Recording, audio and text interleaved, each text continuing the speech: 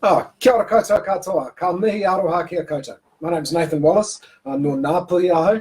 I'm the NIB resident parent expert, and so we're bringing this to you. My background is I've basically got a background working around child trauma and child wellbeing, so how to heal children from trauma. I started out as a primary school teacher, went straight from high school to teacher's college, trained as a primary school teacher, spent a little bit of time as a primary school teacher, then retrained as a child counsellor, like I said, working around child trauma, and spent most of my career doing that, good 15, 20 years working in that field, and then switched to early childhood. And then spent a lot of years working in early childhood, and I lectured at Canterbury University, and then I became a neuroscience trainer, teaching people all about the brain. So that's just a quick, brief intro, so you know what my sort of qualification background is and where I'm going to be coming from. I've also got grown-up children. I've got a 27-year-old daughter, a 23-year-old son, and a 21-year-old daughter. My 21-year-old daughter is here helping me today, so Eva, pop your head round and stick your head in. Thought it might be easier for you guys if it looks like I'm having a conversation, because we've already done one Facebook Live session. Yeah, say hi, Hannah. She's going to be sitting over there. We've already done one Facebook Live session previously, and I thought it might be a bit flat for you guys to listen to if I'm just talking to a camera. So this way, Eva might interrupt. It's more like a conversation, easier for you to listen to. Okay, Len, let's do this properly, and should we start with the karakia? So my favourite karakia really is one about children reaching their full potential. So I use a sort of poetic language to talk about every child growing up to be tall like a tree in the forest of Tāne, to be able to see and access and all the love that there is in the world. It basically puts across the idea that there's an abundant amount of love in the world. It's just that not all children have access to that. So here, only takes like 20 seconds. Koia nei toko tūmanako, kia tuputeite a hau mehe te maiti o tāne nui. Kia rongo au, kia kiti au, e te aroha o te ao. Kia ora. Okay, right. So, lockdown. It's a historic time in history, 2020. The actual full extent of how this is going to impact on our kids' well-being is really not known because it's new to all of us. So that's being monitored along the way. What this session is about really is about answering the questions that you've got right now. So a huge thank you to all the people that sent in their questions, because that makes this a whole lot easier. The idea is that she's got those questions in front of her and she's going to read them out to me. And then that's how we'll start the session. She'll read the questions, I'll answer those questions. I want to encourage you though in the comments section to just go on, if you've got any questions that come up during the presentation, just go into the comments section and type them in, and we've got people monitoring that who will pick them up and text them to Eva, and she will get them, and when we finish the set questions, then we'll answer any questions you've got live. So just anything you want while we're doing it, throw those in the comments section.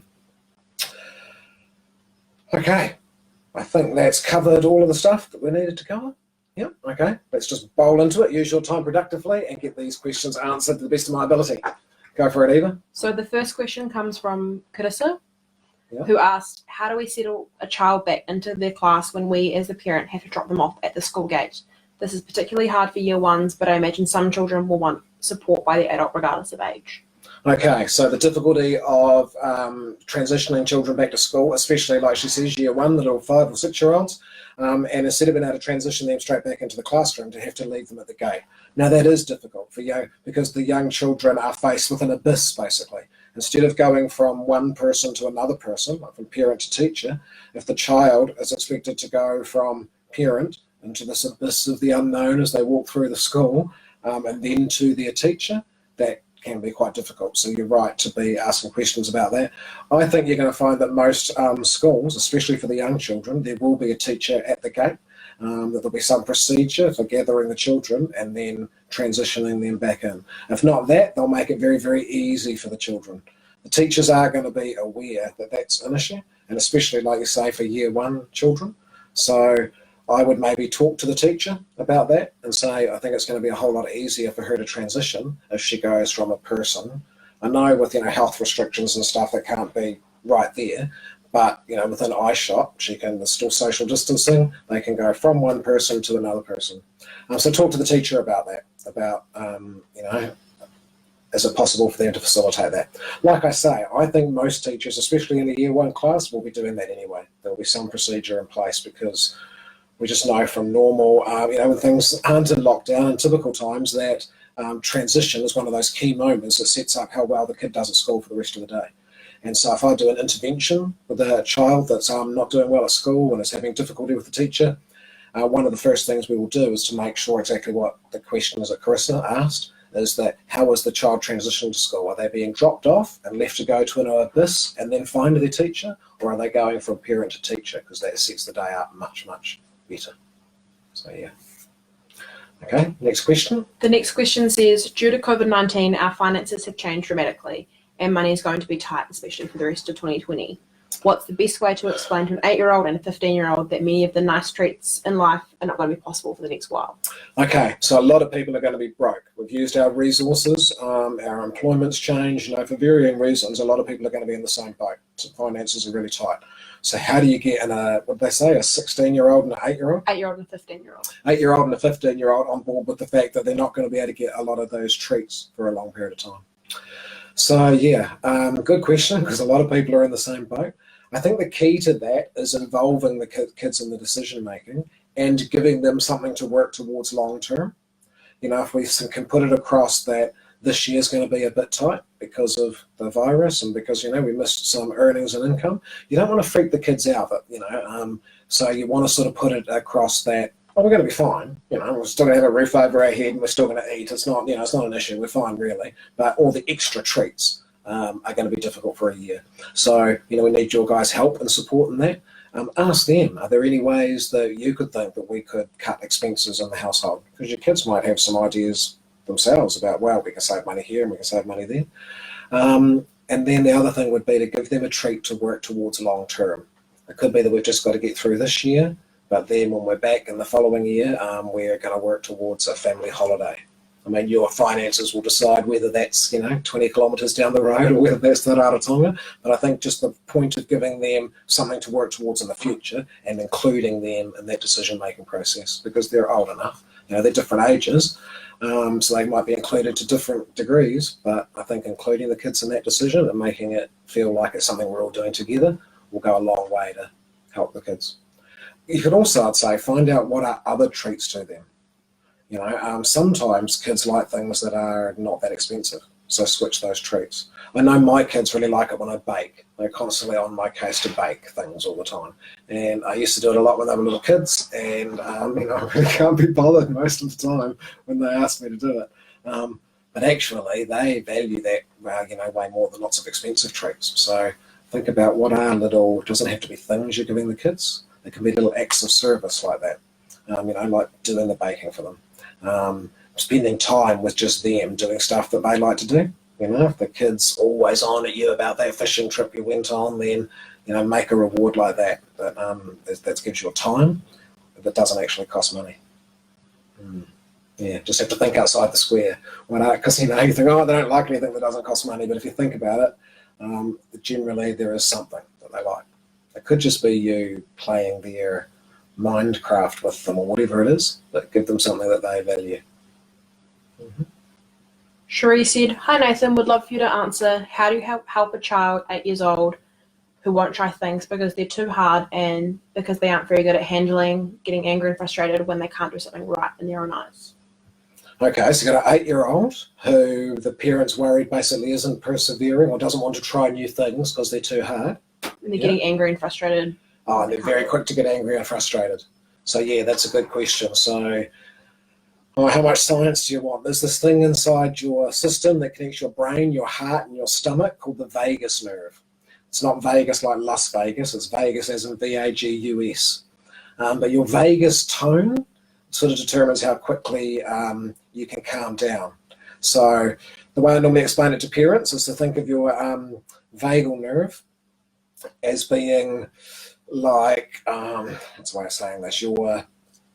You're supposed to have a dimmer switch, not an on-off switch. So I think what's happening with that child is there doesn't seem to be much of a dimmer switch. We try a tiny little bit, and as soon as we're not getting any results, then boom, we give up, we're overwhelmed. So that's, there's only a tiny little dimmer switch there. They're going from off to, from on to off pretty quickly. So a lot of that's to do with self-calming. So that child might be a bit anxious. If you're a bit anxious when you're doing something and your brain stem or your lower brain slightly aroused, it's quite difficult to access the cortex, the top brain, which is the one that you need to focus your attention and persevere. So this is a multifaceted answer, right? But one part of the answer is look at calming the child's anxiety if they're not persevering. oftentimes, I'll be really blunt, right? Oftentimes when parents are telling me the kid's not persevering, it's not something the kid wants to do. It's not something the kid chose to do. It's something that the parents have decided that we really just need you to try. And most of us aren't very good at persevering with things that we have no interest in and other people are telling us to. So if you want a child to persevere, the key is often allowing them to choose what the topic is that they're focused on and persevering with that first. I know you want them to persevere with their calculus homework because because that's what's important, but you have to think of it more as the art of perseverance. You doing calculus homework, say if you don't like calculus and you find it really difficult and you're getting overwhelmed with feelings of frustration and I can't do it, then you're not likely to persevere in that environment. So think of perseverance as a skill rather than just having to apply it straight to something like calculus. Do they persevere in other areas of their life? They all persevere for their PlayStation game and getting through to the other levels, but try and find other areas in their life where they are able to persevere. And I would suggest things that are creative and open-ended, because if this child's getting frustrated quickly, it's because they're trying to find the right way of doing it. So if you're using something like Lego or connects and building something, or doing an electronic circuit, something that is open-ended and doesn't have a set way of doing it, then that will encourage more perseverance. So yeah, I know. To make that clear, I'm saying the first prong is look at their level of anxiety, do what you can to calm them down. You're far more likely to persevere in an environment where you have little anxiety and you feel safe and calm. The other part is give them autonomy. If you want them to persevere, then let them start persevering on something that they are choosing to do. If I relate that to an early childhood example, when parents say to me, oh, I really want the child, the 3-year-old to keep finishing the book right to the end, and they want to often jump off and do something else, and only we're interested in the first half of the story. How do I get them to persevere? And it's like, well, in that case, do something that the 3 or the 4-year-old has instigated. They might stick their tongue out and blow a raspberry at you, and you laugh and blow a raspberry back. So they think that's funny, so they laugh again and they blow another raspberry at you. So yeah, obliging, you blow another raspberry back. Now, by the time they've done the 3rd or the 4th raspberry, you're kind of sick of that game now.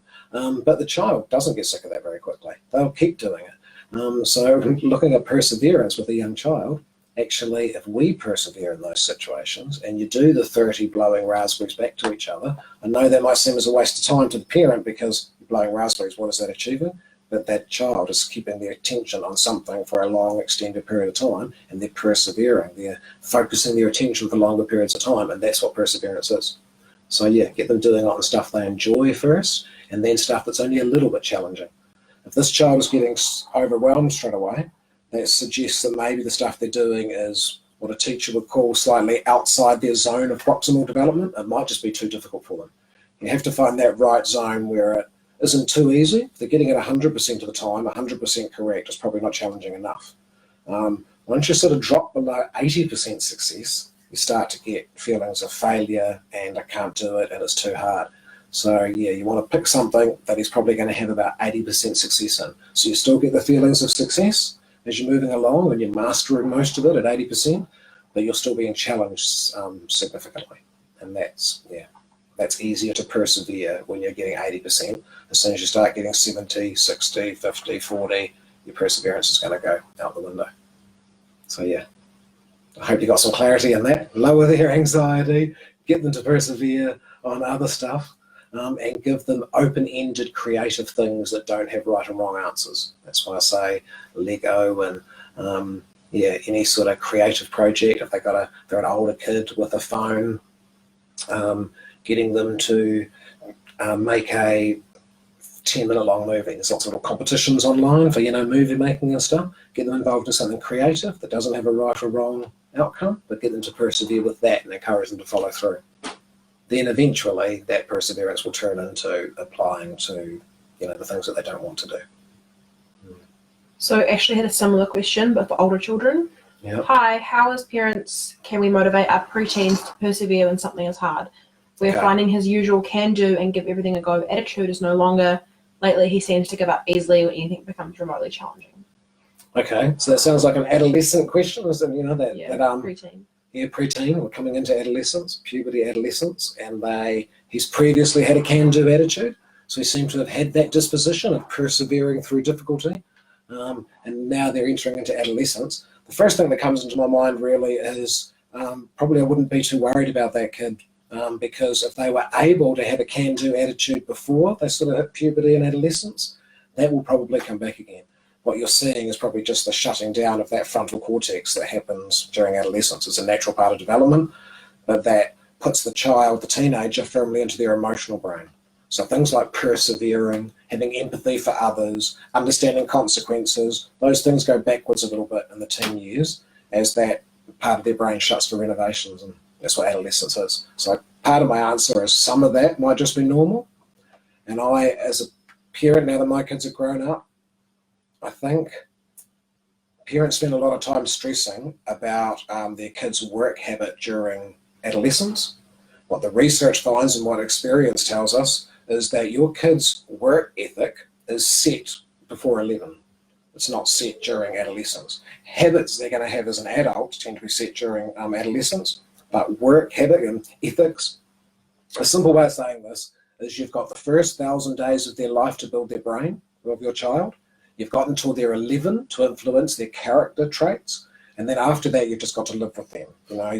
So when you see that shutting down to the frontal cortex and you see the preteen or the adolescent going a wee bit backwards in empathy and perseverance and those sorts of things, just trust in the 10-year-old that they were, because that's who's eventually going to come back on the other side once adolescence is finished. So yeah, part of it is don't stress too much. The other part is relating to the answer I said before. Most of the time when the kid gives up, is not persevering, it's because they feel like they're being controlled. Everyone's telling them what to do, no one's listening to their strategies. So I might try with that child. I mean, you may have already tried this, but I would try maybe, if they don't feel like they're in control and got autonomy, then slowing down the pace and letting them being in charge of how they're working it out. Not trying to give them solutions, but all the way trying to support them to find their own solution. And even though that might be frustratingly slow for you sometimes, it is better to go at only half the speed and have your child driving the process and you supporting them, rather than you trying to do it and trying to drag them along to get them to persevere. So yeah, it may be as simple as actually just slowing down and letting your child drive that. Yeah, if that's not working, then I think it's the stuff that you probably are doing already, which is trying to give them encouragement. Remind them about times when they've found things really difficult in the past and had feelings of feeling overwhelmed and couldn't do it, and yet they persevered through that. It's really powerful to point out to children other times they felt, that things were really difficult and they couldn't do it. Adventure-based counselling, when we take kids out and put them on the sand dunes and let them, or go on the big flying fox and stuff. That's the same sort of idea, that if they face up to a challenge in nature, that they think, oh, this is scary, I can't do it, and then they're successful, then that brings about a disposition that gets more and more used to facing up to scary challenges, but feeling confident about facing up to them because you've had success in other environments that you can, cross that skill over. Okay, I went down a rabbit hole there to bring me back to the original question. It's a joy of being live, so... Yeah, so they just said that they're finding his normal attitude. Oh yeah, that's right. Yeah, so the shutting down of the frontal cortex and the same stuff that I said before. Give him creative stuff and give him stuff that he will persevere through, and make sure he's experiencing 80% success. If it's more failure than that, then make it easier. When she says recent, could it be career related? Because they've been at home and not really motivated. Yeah, true. It could just be, and there's not just a shutting down of the frontal cortex. It could be as a result of being in isolation, for all 6 weeks, wherever it's been, at home. And it's been a bit of a scary environment, especially for young people. Anytime that your brain is faced with a unpredictable environment, it kind of arouses your survival brain. And when your survival brain's aroused, it's harder to focus on things. So maybe it is just about cutting them some slack and going, actually, this has been a very new and therefore challenging time for kids. Even when they've coped well, it's a wee bit scary not knowing what's happening. This has never happened before. So it might just be a result of that their brainstem's aroused. And so when your lower brain's aroused, they work like they're on a set of scales. If your lower brain is activated in up here, then this higher brain that controls emotions and sees things from other people's point of view, all the good stuff, perseveres, and gives it a go, tends to be down here and offline. You have to be back in a predictable, safe, calm environment where you sort of know what's going to happen. You've got that predictability before they're really going to focus their attention and do all that wonderful stuff. And so I suppose that's the same message then. What can you do to calm that brainstem down for your child? Because the calmer their brainstem is, the more of that good behaviour you will get. And that's about routines, it's about balanced lifestyle, so they make sure that they're getting exercise. It's about letting the kids have some self-control, so sort of doing things with your child and co-constructing solutions rather than just issuing rules and doing things to them. So the next question. Yeah, next question. Is what learnings can we gain from the Christchurch earthquakes, Christchurch shootings, and other tragedies where people, including parents and children, have had to deal with trauma for a long period of time? Do you think there'll be any similarities from this pandemic? Okay, so there's lots in that question, isn't there? There's sort of so the similarities with the mosque attacks and the earthquakes in Christchurch. I have noticed that, myself, because I live in Christchurch, and so there was a feeling. I don't want to speak on behalf of anybody else, but I did feel that us and the people around me that have lived through the earthquakes and have been here for the mosque attacks, there was a feeling like, oh, this is similar. It's got that same feeling where the whole community comes together, that same feeling where suddenly every other person on the street is like a family member and you're very concerned for everybody, and suddenly you really feel like you're in a village. So that feeling was similar again. We're all in this together. Even more so this time because it's global. The other two things were quite Christchurch based, but it's that same feeling of my community. I'm right in it. And I did feel a wee bit like this is much less traumatic feeling than the earthquakes or even the mosque attacks were. So in some ways I did feel a bit of resilience to it, having been through the other two. But that can go the other way as well. And I think that's the other part of the question, is that if the child was already suffering from some sort of post-traumatic stress or just suffering from the stress of earthquakes and then mosque attack, is this going to then be another thing that's difficult for them?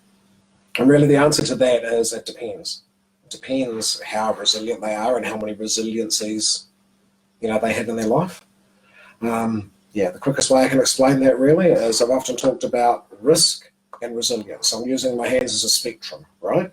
And so here's in the middle, but this is the risk spectrum. And so these are all the bad things that the literature tells us can happen to you that lead to negative outcomes. So if you've got a parent that goes to jail, a parent that physically abuses you, you're transient and move schools all the time, you're isolated from your extended family, you're denied access to your original language. If you have enough of these risk factors accumulating, then you end up way down this end of the risk spectrum, which means this is where you go to jail and have really negative outcomes and no quals and all the horrible stuff. If we go back to the middle though, that's risk is one way, resilience is the other way. It's the things that we know lead to good outcomes. If your kid ends up down this end of the spectrum, this is where they not only have good qualifications and don't go to jail, but they're also loving and caring and nice to your grandchildren. So to work out how a child's going to cope, we can't just say, if we start in the middle, oh, you lived through the earthquakes, that's a risk factor. Mosque attacks, that's a risk factor. Now coronavirus, that's a risk factor. Therefore, that child's going to be way down that risk spectrum. That's all going to be negative because it's got to be balanced out with their resiliency factors. Do these children come from an extended family where they have not only mum and dad, but also grandparents available? The more extended family you have around you, the more leaps you take towards resilience. Does the child speak more than one language? A brain that can speak more than one language is a much more resilient brain, so that would be another step this way.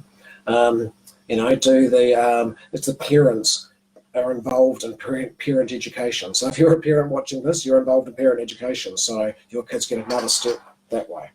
So really, we can't just say someone's doomed because they've experienced those things. We have to say that they might be at risk. And if they are at risk and they've had all those risk factors, then we need to really focus on what are the things we can do to bring about resiliency, to bring them along that spectrum and move them along. I said being bilingual, playing a musical instrument, having as fewer changes of teacher as possible. So maybe keeping the same teacher for more than a year, maybe 2 years, maybe 3 years. I went to a country school, so you got that quite naturally, but I think I really scored in that way because that's a big resiliency factor, less changes of teacher. I think that's the general idea I want to put across. it's hard to just answer, is it going to have a negative impact of being on those three things? Because it depends on where that child is on the risk and resiliency spectrum. And it depends so much to how the parents responded. If the parents are freaking out that there's a pandemic and this could be the first of heaps, and if they're panicking, then that is much more traumatic for the child. If the parents are going, oh well, yeah, this is a bit scary because it's all a bit new and it hasn't happened, in living memory, so anything that's new is a bit scary. But I'm quite proud of how we've responded. I think New Zealand has been world leading in its response. And in fact, the whole world are looking to New Zealand, not just in our government and Ministry of Health response, but in terms of our teachers and educators and how they're responding. I know Australia really pays close attention to us to know what to do. So yeah, when the kids can hear you framing it positively like that, then it's not necessarily a risk factor. For a lot of people, the lockdown might have been a resiliency factor actually, because it's because they had this uninterrupted time to be together, more intimacy, less rushing. It's not like that for everybody, but there'll be a whole spectrum. So yeah. Sorry, long answer, but it's a complicated question, that one. So the next one says, to follow up from that question, are there any symptoms parents or teachers should be on the lookout for that show if a child is really struggling and needs help? Where's the best place to go if extra support is needed? Okay, symptoms to look for. Can't you grab my laptop from over there? So I've got it in front of me, thank you, Annie. Okay, so the symptoms to look for are always going to be similar. It's a sudden change in the child's character. So this is why relationships are so important, because if the kid's going to a school where the teachers don't really know them very well, and they're changing our teachers every hour, it can be hard to pick up on those because they don't suddenly start doing some bizarre behaviour that we can clinically go, oh, look, there we go, post-traumatic stress disorder. You have to know that child and have a relationship so you can see suddenly, Nathan's really quiet. That's really abnormal for me. So if I was 15 and I was, usually the class clown and being really loud and couldn't sit still for a long period of time. So what might be quite normal behaviour for other people, to sit in their desk for 1 hour and be quite quiet and not interrupt the teacher, should ring alarm bells if you knew me. So yeah, it's very much about the relationship and seeing any sudden change in behaviour. The literature tells us that often girls, in severe trauma anyway, often girls withdraw and boys act out. So we can literally see that in their heart rates. Boys' heart rates go up, so they tend to move faster and be more physical. Girls' heart rates after a trauma drop down. So girls far more likely to, say, faint. Her heart rate drops so much that she faints, and a boy's way more likely to act out on it. Obviously, they don't all just fit into that nice little category, and you'll get girls that act out and boys that withdraw. But yeah, it's just being aware that either of those, any sudden changes of behaviour, whether it's withdrawing and going suddenly quiet, or whether it is acting out suddenly and having a lot more conflict with other people, and yeah, I think those are the signs to look out for. It's all right for them to be a little bit stressed. Everyone's a little bit stressed, but extreme changes in behaviour like that. So Sasha said, our 3-year-old is being really aggressive towards me, pushing, kicking, tantrum, screaming over me when I talk, but doesn't do the same with his dad. It's night and day different and was really obvious during lockdown. A few friends have had similar issues. Is this a developmental phase, and how should we manage this? Okay, so am I interpreting that right, that this sounds like the kid's being quite well behaved for dad and being a bit horrible to mum? I think so, yeah. Yeah, so that kid's got radically different behaviour for the two different parents. And then is that a developmental stage or a developmental phase? No, it's not. It's entirely, completely normal. Kids have they don't just have one relationship framework. They operate with all people. They come up with a different relationship framework for each person. I mean, you think about it, do you have the same relation, or does your kid have the same relationship framework for, say, dealing with mum as they do for dealing with Nana? No, they don't. They have an entirely different framework for dealing with Nana. Nana will give you a biscuit just before dinner. Mum won't do that. Being really cute and singing songs will delay your bedtime for up to an hour with Nana. It doesn't really work with mum. You get the idea. Kids work out very quickly. They actually do it for mum and dad. Normally kids don't. Even though mum and dad are presenting a united front, it is very normal that they've got this framework for dealing with dad and this framework for dealing with mum. And that's of course they have different relationships with us because we manage those relationships in a different way. So in the old days, there's three different styles of parenting, right? And the literature talks about authoritarian and authoritative, but they're too complicated. So the three basic styles to think about with parenting are the brick wall style, which is what it sounds like, Sergeant Major, shut up and do as you're told, because a brick wall gives a very firm boundary, but there's no flexibility in it. Anyone that's lived through the Christchurch earthquakes know that. There's no flexibility in bricks. It's a brick wall. The other type is the jellyfish parent, which is the parent that has no spine, that wants to be the kid's friend, that finds it very hard to put in place a boundary. Or they might be able to put in the boundary, but they find it very hard to maintain that boundary. So they go, no, you're not allowed it, and the kid whinges. No, you're not allowed it, and the kid whinges. No, you're not allowed it, and the kid whinges, and then they give in. They don't have that consistency. And then the third style, really the good one that we're all aiming for, is the backbone style of parenting. And they use the backbone or the spine as a symbol because your spine gives you support and structure, but it is flexible and responsive moment by moment. And that's the style of parenting we're all trying to work towards, to give the kid clear boundaries, but to let the child negotiate with us within those boundaries. So yes, we need to put in a boundary to make sure our kids get enough sleep, but we don't need to say, you go to bed at 7:30. We might say to the kids, well, when do you think it's reasonable to go to bed? And they go, 9. And you go, no, well, I think 7 is much more reasonable. And you argue your cases backwards and forwards. The kids might end up going to bed a quarter of an hour later than what you wanted. But by including them in that decision, then you're exercising that part of the brain that they're going to need to make good decisions themselves. So, yeah, that's what the backbone style of parenting is. So the reason I mentioned those styles is because in traditional families, dad's a bit of a brick wall. No, shut up, do as you're told. Mum's a bit of a jellyfish, the soft nurturer one. And so I know I have to talk in generalizations and stereotypes because there'll be lots of people listening. They go, it's the opposite in my family. Really, mum's the brick wall and dad's the, But then generally, each of us as a parent will go through all three of those styles. You don't just stay in one style. Different kids might bring different styles to the forefront, but it's about what style are you in most of the time. And most of us have to try and work towards that backbone style of parenting. Most of us start out quite comfortably either being a brick wall or a jellyfish. I don't know if it's a gender thing, but I think I started as a brick wall parent. I was all about training them and do as you're told and well-behaved kids. And, I was 19, but and I've moved on from that style now. But as a brick wall, I had to learn to be much more emotive and relational and understanding. Yeah. And so a lot of mums might feel that they start out as that jellyfish because they've got all the nurturing and loving feelings and need to work towards that consistency. So maybe your child has different relationships with both the parents because you respond really differently. Maybe dad's a brick wall and mum's a jellyfish, so the child can get away with more behaviour with mum. Doesn't necessarily mean that dad's winning, by the way, not that it's a competition, but just because if the child's well behaved out of fear, then that's not a good thing. That's not ultimately going to do good stuff for them, even though you get compliant behaviour. And compliance isn't always the ideal outcome. So now that I've given you all that sort of background information in terms of it, then I would say if the child is, maybe look at what the dad's doing and see if you can interact in a similar way. Is there something clear that he's doing that he puts in a boundary, or is there something that he might say, no, mate, you can't hit dad in the face. He might just count to 3. No, don't do that again. 1, 2. And the child just knows to stop by 3, and maybe you can just copy that strategy.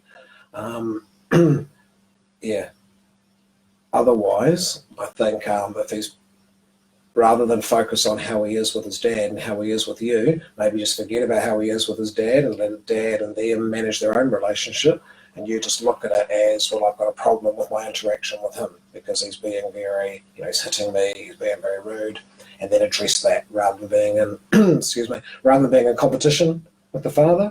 Just look at it as in, I want my child to show me more respect, so how can I do that? Maybe just go online and look up things around backbone style of parenting. And how can you put in place that boundary in a loving way that doesn't damage the relationship with your child, but still show them that there are boundaries on their behaviour. So the way I do that, I've had to, I started out as a brick wall parent. So with my own kids, I might have just got angry. But as a grandparent, you can't get angry with your grandchildren. So you have to learn these non-anger ways of doing it. And what I find really is, it just means you put in place the boundary, but you do it with love. And it might mean that you've got to do 99% of that boundary for a start. So I remember my being at a cafe, and my grandson, who had always, met all of his needs, and there'd never been any behavioural issues. A bit behavioural issues with his mother and father, but not with me. And the first time he sort of tested it out, and we were in a cafe having a tantrum. So I didn't have to get angry with him. It was just like, oh, mate, if it's too hard for you to be at the cafe because it's too overwhelming, we can just leave your mum and your auntie and your cousin here, and I can take you back to the house, and you can have a sleep if you like, if it's too much. So what I'm saying is I didn't have to go, look, unless you start behaving yourself, you can take threat home and put to bed. I don't have to get mean or be angry with him. I'm actually helping him. I'm saying, is this too much for you? Is being here at the cafe too much? We can just go home and go to bed. So he's not going to willingly, and I think he was 4 years old, so that's a good idea. Let's go home and I'll have a sleep. So it meant that I had to, without getting angry, basically, after a couple of warnings, and he kept losing the plot, saying, mate, I think I just we just need to take you for a sleep. And he's screaming by this point, no, he doesn't want to sleep. I'm still, I can still pick him up, and I don't have to be angry. I can still pick him up, and I'm saying lots of stuff along the way. I know it's really hard, buddy. I know I hate seeing you upset. I know it's really upsetting. Don't worry, it's going to be okay. I'm just being very loving and reassuring as I carry him back to the house, because we were in a cafe around the corner, so I didn't get in the car. And I'm just being loving and reassuring the whole way as we go back to home. And he's not thrown in the bedroom as a punishment. He's, taken into the room, and he has his hair straight, and he has stories read, and he eventually falls asleep. Now, that was a lot of work on my part, and I had to do 99% of the work in maintaining that boundary because he wasn't at 4, but he still learned the lesson that when I said this was going to happen, I followed through, and this happened. Just didn't have to get angry, didn't have to use punishment. I just had to actually the whole time use a focus of helping him to follow the boundary. And I think maybe if your child's treating you really badly, maybe that's what you need to do. If he's, hitting you in the face and not hitting dad in the face, then maybe say something like that. Oh, honey, I really don't like it when you hit mum in the face. I like it when you treat mum really gently and you have nice, gentle hands, and so stroke his face gently. You want to really focus on the behaviour you do want rather than the behaviour that you don't want. So rather than going, don't hit mum, that's sore, I don't like it, but focus more on saying, oh, I like it when you touch mum really gently and you're nice and gentle with your touch. If you hurt mum on the face, then that tells me that you're tired, and maybe it's time, we stop playing and we take you into your room and have a sleep. And give a couple of warnings of that, and just like I outlined before, that you follow through on the boundary. You don't have to be mean, but you have to show that once you say something, you will follow through on that boundary, even if it's going to now take up an hour and a half of your life to follow through on that boundary. It took me, when I took my grandson home from the cafe, that wasn't a quick thing, going into his bedroom. It took about, 30 minutes of to calm him down to get him to go to sleep. I was busy and had other things to do, but I know now from being a parent, now being a grandparent, that that's a very wisely invested hour. Because now, he's 6 years old now, as you see, you reap the benefits of that. Because when I say something like that at a cafe, mate, if you can't handle it, I can just take you in the car and we can go back home and we can just try another day to come out for lunch. He's sort of like, oh yeah, he means it. So, you get a much better response. Mm-hmm. Try that. Another thing is, what advice do you have for parents of older children experiencing similar issues with contrast in behaviour depending on which parent you're interacting with? Oh, so when the older kids are doing it? About teenagers. So teenagers are doing it, and now they're interacting in very different ways with mum than with dad. Yeah, it's a minefield, isn't it? Again, I want to emphasise that just if they're really super compliant with one parent and a bit rude to the other parent, doesn't mean that the parent who's got them being super compliant is necessarily the better parent. Sometimes if you ask those kids, they'll go, if dad's really, really strict and they're really well behaved in front of dad, mum's a bit jellyfish and they're a bit rude to mum and they say stuff to mum that they wouldn't say to mum, that can look like she's not parenting as well because the kids aren't as well behaved. But oftentimes I talk to those kids and they will tell me that it's their mother that they can talk to, and they're a bit scared of that parent, or they don't feel like free to be able to talk to that parent or express it as much. So yeah, it's a complicated thing, but I think it is very similar though. It's to the last question, even when they're teenagers, you're still trying to go for that middle ground of being a backbone parent.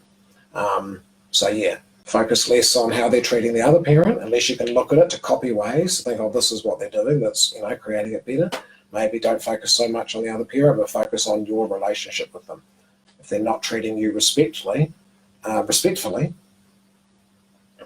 want to be harsh, but if they're not treating you respectfully, that's kind of your fault. Well, kind of you're the parent, you're in charge of that relationship. You need to manage that in a different way so that your child is not allowed to disrespect you. So yeah, I think similar examples to before, but you're not going to now be taking them to bed and reading them a story because they're a teenager.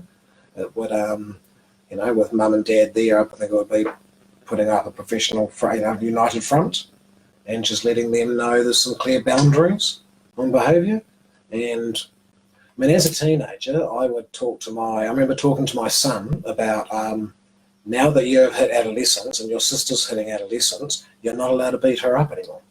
Throughout the childhood, they'd get into scraps and, brother and sister and fighting and stuff, and having to explain to him things are different now. Now it becomes male assaults female, and you're just not allowed to do it. It's not a good look. So now, no matter how annoying your sister is, and no matter how deserving you think she is of getting a dead arm, you can't do that anymore because you're always going to be the baddie. So maybe it's time for that teen, if they're older, to have a conversation about, well, you might get really frustrated with mum because she's the nurturer, she's the provider, she's the one that's got to say, you've got to brush your teeth and you've got to do your homework. But how you treat your mother is a reflection of you, not a reflection of what you think your mother deserves.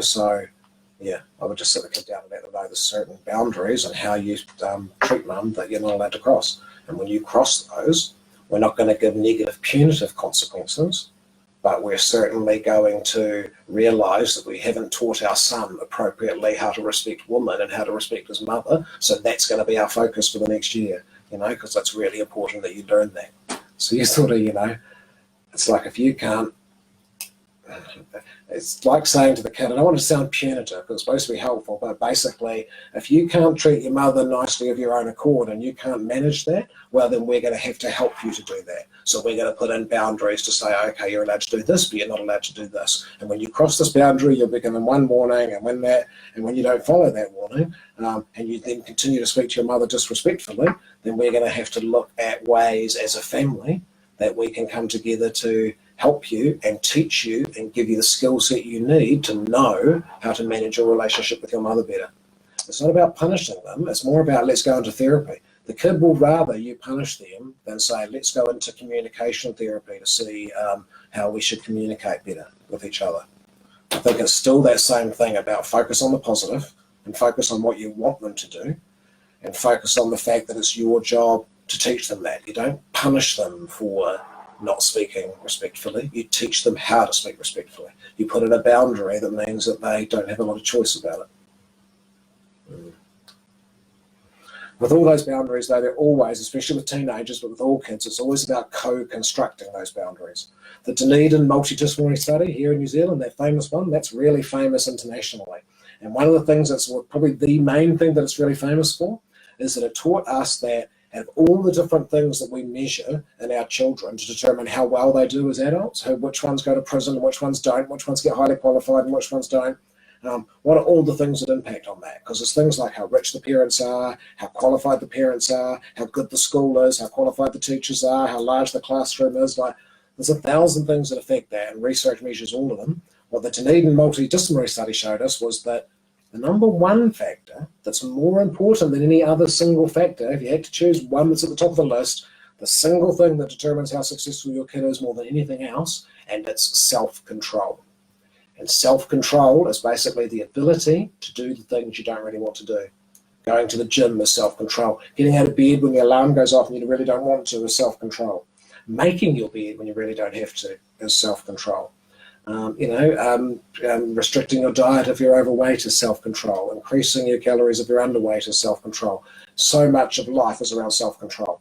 And the big key is, how do our children get self-control? It's because they come from parents with a backbone style of parenting.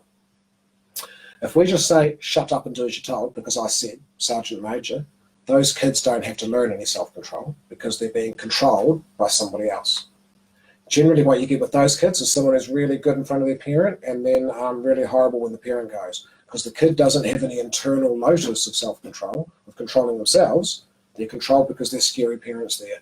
and so then they're very well behaved. As soon as the scary parent leaves, no internal locus of control, so no ability to self-control, and they're pretty useless. So yeah, with all of these answers, it's always about trying to co-construct and do things with your child instead of to them. In the 1990s, when I started doing this stuff, it was lots easier in lots of ways because it was about controlling them. We basically bullied them into, like training a dog. But what we find is that produces short-term compliance, and it produces children that are emotionally stunted and go on to bully others because that's what we've been modelling. So yeah, it's always about with and not to. So the next question comes from a mum pregnant with her second child and is due in June. The question is, my eldest child has been very clingy since lockdown. What's the best way to look after him and show him we love him once our new bundle of joy arrives and there's less time to focus on just him? Oh, okay, so this is an 8-year-old? No, didn't say the age, it's just they want an older child. Like an older child, and they've been clingy during the lockdown, and then they're going to have a baby, and they're worried about him being clingy, and there's going to be a new baby coming. First of all, don't worry too much about them being clingy during the lockdown. That's probably a sign of resilience. The kid that knows during difficult times to cling close to their parent and go into a relationship has got a good skill. When you are facing difficulty, you should go into a relationship.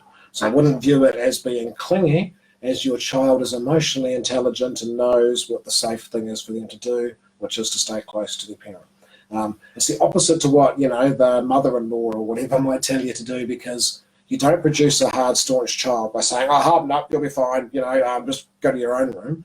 You actually produce a stauncher child if you go, yeah, is it difficult, is it scary, it's all right, come into mum's arms, see, everything's going to be fine. That produces a more resilient child. So in terms of when the new baby comes along, I'm glad you asked, because I wish someone had told me this early on, but because what a lot of parents do is say your child's 4, I don't know their age, but they're worried that when the new baby comes along, the 4-year-old's going to go, oh no, he's taking up all the time. So what they do is they go into a schedule whereby when the newborn baby's been fed and changed and stuff, they put the baby down to bed, and then they do all this one-on-one time with the 4-year-old to try and make up for the fact that they're now busy when the baby's up. That often leads to disaster because they're not seeing it from the 4-year-old's point of view. The 4-year-old in that scenario works out life is a whole lot better when that baby's gone.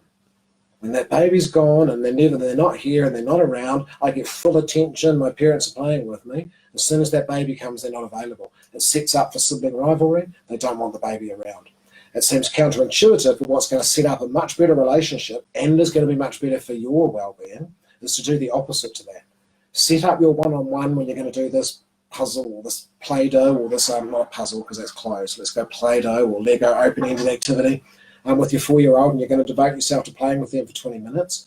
I would encourage you to do that with the baby in your arms. So set that up so you can do that when the baby's been fed, been changed, been winded, had all that stuff done, so that the baby's probably just going to be content in your arms for the next 20 minutes. And then do the 20 minutes full-on playing with the child while the baby's there.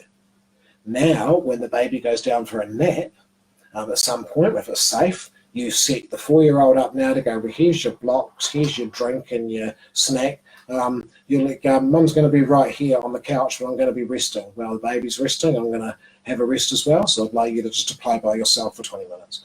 I mean, the 4-year-old's not going to do that on the first day, but if you set up the routine enough, they will start to do that. And you're still supervising them, but it means now you get a 20-minute lie on the couch while the 4-year-old plays by themselves, and you're getting a rest. But it's also setting up the 4-year-old to go, oh, life's a whole lot better when the baby's around. Mum's a bit boring when the baby goes to bed because she just lies around doing nothing and is not very interested in playing. But when the baby's in her arms, she's way more playful. Then you get a 4-year-old that goes, I love having that baby around. So yeah, do that. So the next question will be relevant for both parents and teachers. How do you suggest we prime teenagers about to enter the workforce to be resilient? I'm sure it'll be harder for them to get jobs. Okay, teenagers about to go into the workforce. It's going to be harder for them to get jobs in this climate. How do we prime them to be resilient? I think one of the first things to do is to celebrate that they already are resilient. It may not seem that because every generation goes, oh, this generation of teenagers, the laziest ever, and they've all got anxiety and depression, and people tend to say negative things about teenagers all the time, but we've been measuring that stuff in the research for multiple generations, for hundreds of years. And so it was actually my generation, Generation X, were the worst. We were the revolting teenagers. We did more alcohol and drugs and did more truancy from school. And on everything that we measured, it was Generation X, the people who are the parents now, who are actually the most revolting teenagers of all recorded history. The generation now, they might get a bad rap, but under all of those measures, they delay sex, drugs, alcohol, they don't drink and drive, they don't smoke cigarettes as much, they don't do as much truancy. Although people might not realise it, they are actually a much more resilient generation. So, first of all, celebrating that. The second thing to prepare them going out into their, to be resilient, I think is, but it's not something you can just do in 6 weeks before they leave. The school's been building up that resilience across their whole entire education. But I think it's just preparing them with messages of openness and creativity. Don't praise so much their ability to find a job, but praise also their ability to be creative and to create jobs and to ride with what's happening. I think if they're getting lots of messages from parents or supporting people, I know this is really hard, but I think you've got this covered. If you just keep going and keep persevering the way you apply yourself, something will turn up eventually. I think it's just messages like that. It's not actually what much more that we can do to encourage them to be resilient, other than to acknowledge that it is a difficult time, acknowledge it is hard for them, and encourage them to persevere. And Catherine said, "Hi Nathan Wallis, I'm a primary school teacher of 5-year-olds. In your opinion, what would my classroom look and feel like the first few weeks as we settle in? I'd appreciate your perspective and guidance here." Okay, so kia ora, good to get your question. What would your classroom look like with 5-year-olds? I think it would look, in really short language, it would look more like Nana's house than it would look like a classroom. If I was a teacher of 5-year-olds in these first few weeks, my class would smell of baking a lot, because I'd probably do baking a lot, because the kids have done that at home with their parents, and there's a nice link between home and school. Just feeding children, I think, is a very nurturing, well-being thing to do. But just the smell of home baking and stuff in the air and cooking, doesn't have to be all sweet food, that's just me that likes the cakes. You could be lasagna, but I'd be focused on those care things, on social emotional well-being. You're still going to have the routines, because the routines calm the children and bring about predictability. So if you've always had news time where you share your news at the start and then you just have reading and stuff, I would do that still, because it gives that familiarity and structure, but it would very much play second fiddle to you as the teacher being available to be in relationship with the kids, to have them have autonomy around what they're doing, and you actually just being in the middle of the classroom and available to those children and setting a nice relaxed tone yourself. That's a hard thing to do, because as a teacher you've got an 80-hour workload, but I want you to do that and look relaxed and calm while you're doing it, because you're setting the pace for the kids. So those interactions have to be nice and slow. You've got to look like you're available sitting on the couch or the beanbag in the middle of the classroom, when really in your head you're not very available because you've got 80 hours worth of work to do. But that's what the classroom would look like. Home comfort, social emotional well-being, and a teacher that was modelling calmness and was making themselves available to the kids. So thanks for that question. So one parent asked, "I've recently lost my job and am incredibly scared about the future financially. What's the best way to protect the well-being of my children?" Okay, good question, because a lot of people are in the same boat. They're a bit scared about what's going to happen financially, and how do you protect your children? You only give the child the appropriate amount of information. And if they're under 18, they don't really need to be encumbered with worrying about finances, too much. Children tend to catastrophize these things in their brain. So when parents are going, "Oh, I don't know how I'm going to pay that electricity bill," they're just sort of thinking, "Oh, it's going to take up most of the pay and I'm not going to have money left." A child can think, "Oh no, the electricity is going to be cut off." They can really panic, and they've got all this anxiety and drama about it, and it turns out the electricity was never cut off. Excuse me. So yeah, even if you're feeling that pain, I think what you can do to encourage your child to be resilient is try and present an attitude to them that says, "Look, we live in a first world country. Even if we're on the unemployment benefit, we're still going to have a roof over our head and food in our bellies. It'll be a difficult time to get through, but we've got this. We've got the skills to get through." It's, nothing's ever wiped us out before, taken on bigger challenges than this. I think model resilience. Yeah. The next question comes from a dad with 2 children under 5. He says, "We're looking at getting a flatmate in our household to reduce the burden of the mortgage. What should we tell the children, and what boundaries do you suggest we need to put in place?" Oh, that's good thinking, good lateral thinking. That responds well to the last question of a financial crisis. So you've got a family that's saying, "Oh, well, let's get a border." let's get someone in, because that's going to help with the finances. And I think that's good thinking for a lot of people. Maybe that's an option for other people.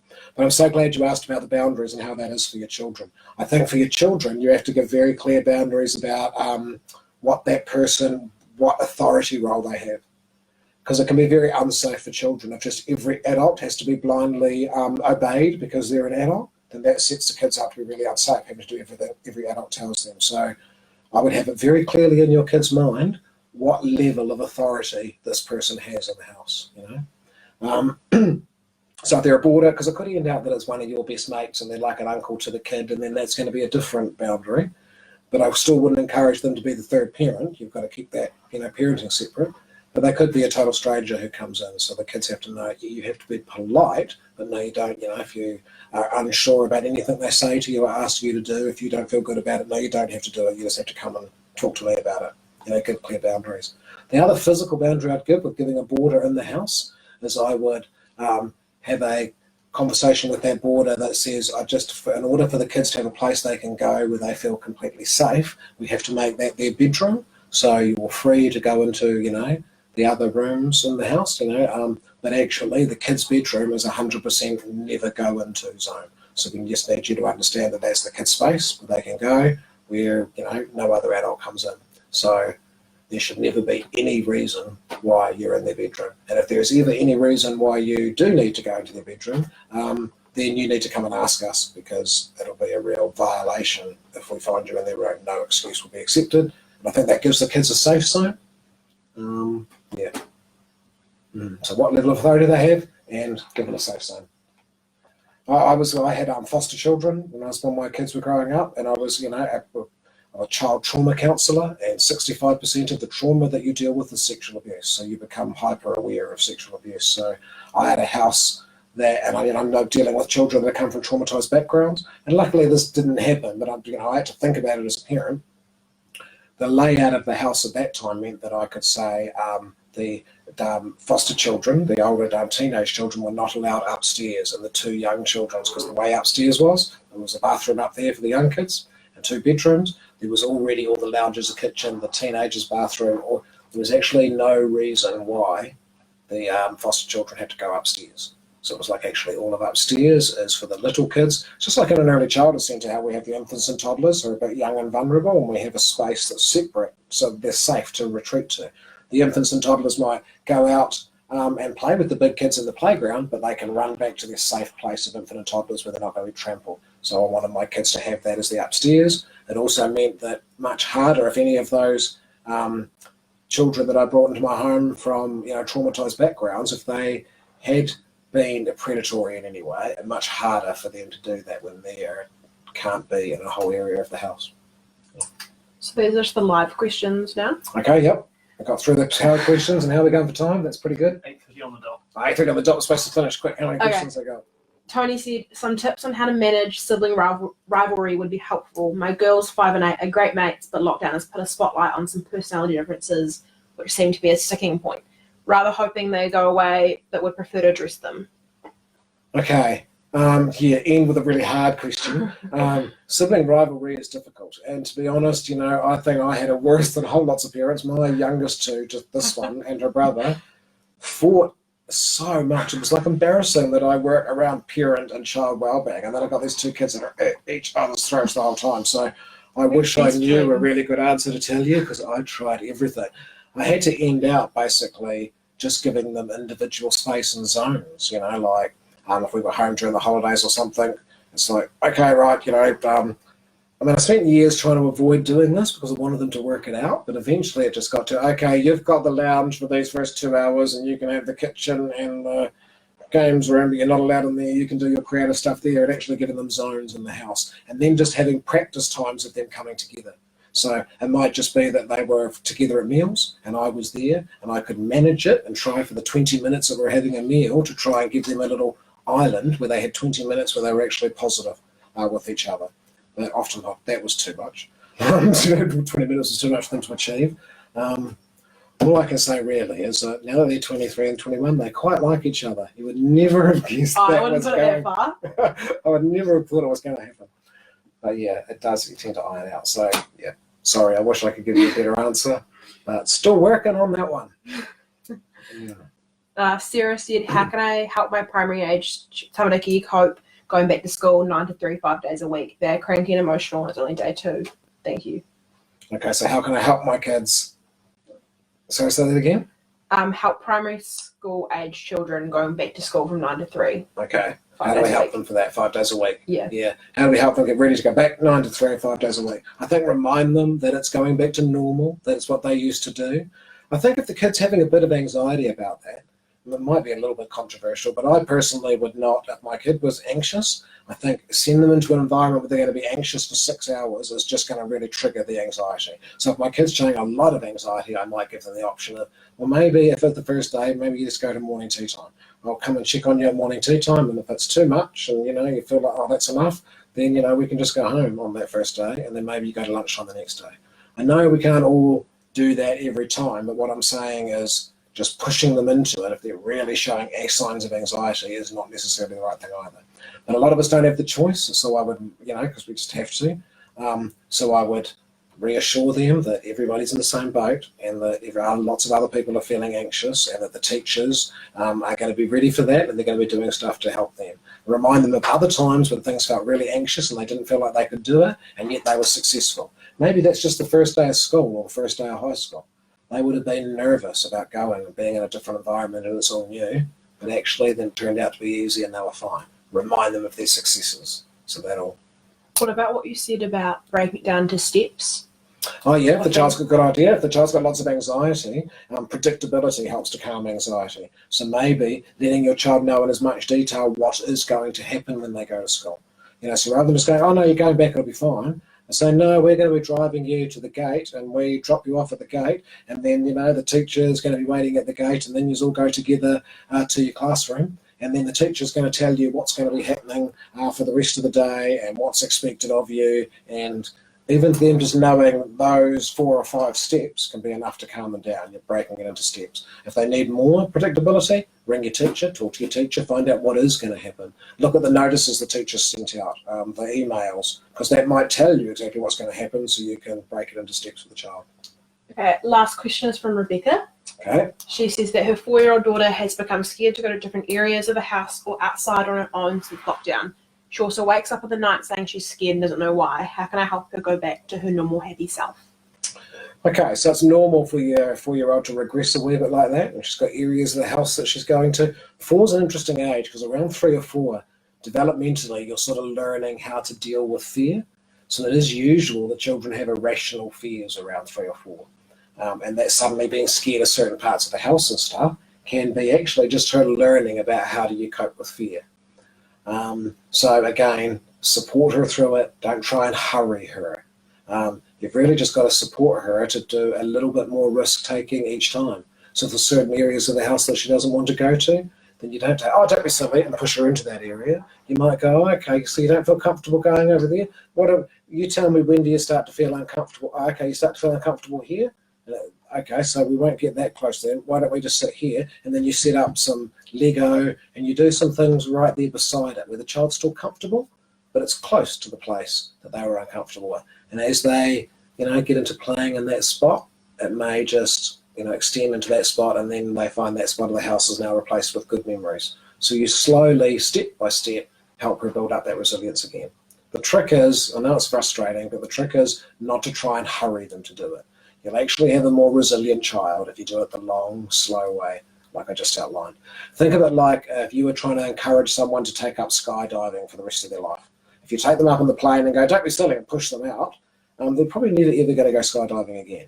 You've got to do it the long, slow way. Even though you've skydived 1,000 times and know it's safe, you've got to do it the long, slow way of putting them in charge, being prepared to let them go up on the plane, and they might back out the first time and not want to do it, and you've got to go, that's fine, we can just do it next time.